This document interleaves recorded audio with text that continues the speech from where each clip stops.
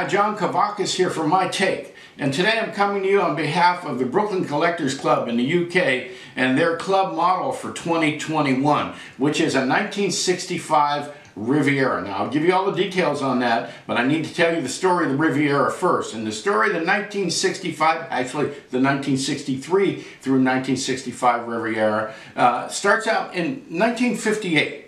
Ford had introduced the four-seat Thunderbird. The two-seat Thunderbird was a beautiful car, an instant classic, but it didn't sell all that well.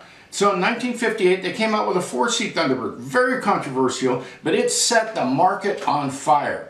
President of General Motors at the time, a guy named John Gordon, was watching things closely. He took his new chief stylist, a man named Bill Mitchell, a name I'm sure you're familiar with, and charged him with coming up with a personal luxury car to compete against the Thunderbird. Now, this is going to be a high-end, a little bit smaller, more compact, more nimble car, and it was supposed to be a Cadillac. So Mitchell was working with a stylist named Ned Nichols. Ned Nichols came up with a really attractive design, a lot of flowing lines, very low looking car, very modern looking, but it was just a concept and it was just the beginning of the Riviera story. Meanwhile, Mitchell is visiting London and he gets a glimpse of the 1955 Rolls-Royce Silver Dream, and it impresses him greatly. And he decides to incorporate a lot of the creased edges and sharp edges of the Silver Dawn into the design of the new Riviera, and it started to shape up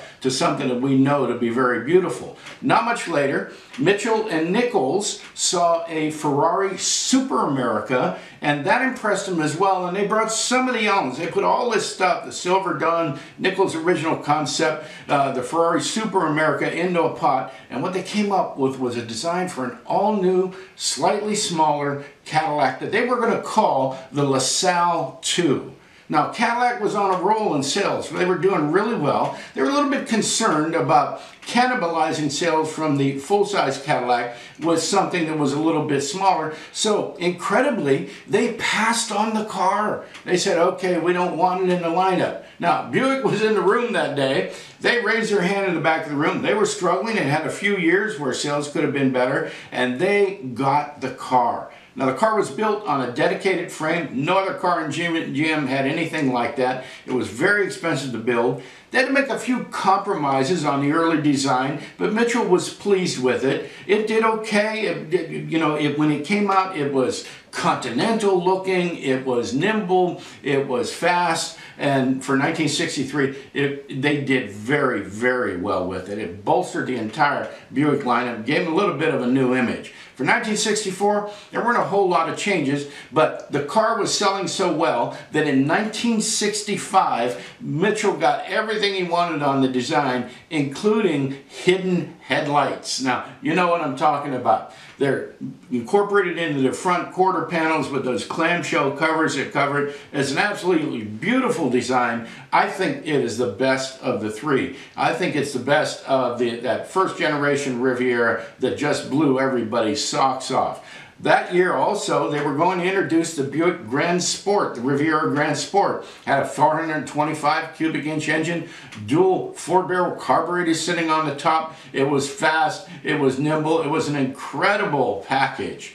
Well, there was a Buick Cadillac dealership named Lamert Cadillac in Niagara Falls, New York, and the owner saw what was coming. He got some advanced pictures of it. He placed a very early production order with a custom paint job on it. He wanted the car painted a Cadillac color, and the color was called Samoan Bronze. Well, Buick made it for him.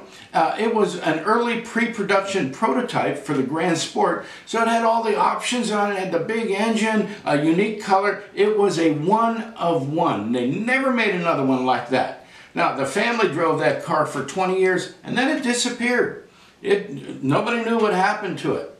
Retired Marine Corps named Andy Starr found a Craigslist on a 65 Grand Sport Riviera. And he went to take a look at it. He started poking around. It had been painted. It was in really bad shape, rusted out all over the place. But the more he poked, the more he realized he might have something unusual here. It was a Grand Sport.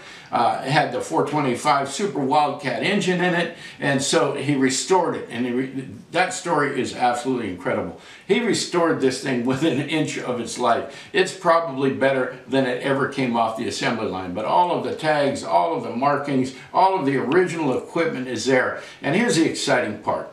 The BCC has been working with Brooklin to make a model of that one car in Samoan Bronze. Now the model is based on a new Master Brooklin made for the 1963 Riviera. I'll show you a picture of that Master, and I'll tell you something, it is stunning. They've done a great job on it. That is going to be a beautiful model, and it'll be available in a while, but the club model will be available a little later on in the year. And so if you want to order it, and you're going to want to order it, it's a beautiful model in a unique color, and it will be accurately reproduced. You're going to have to be a member of the club. Now, to be a member of the club, you got to contact John Boyer.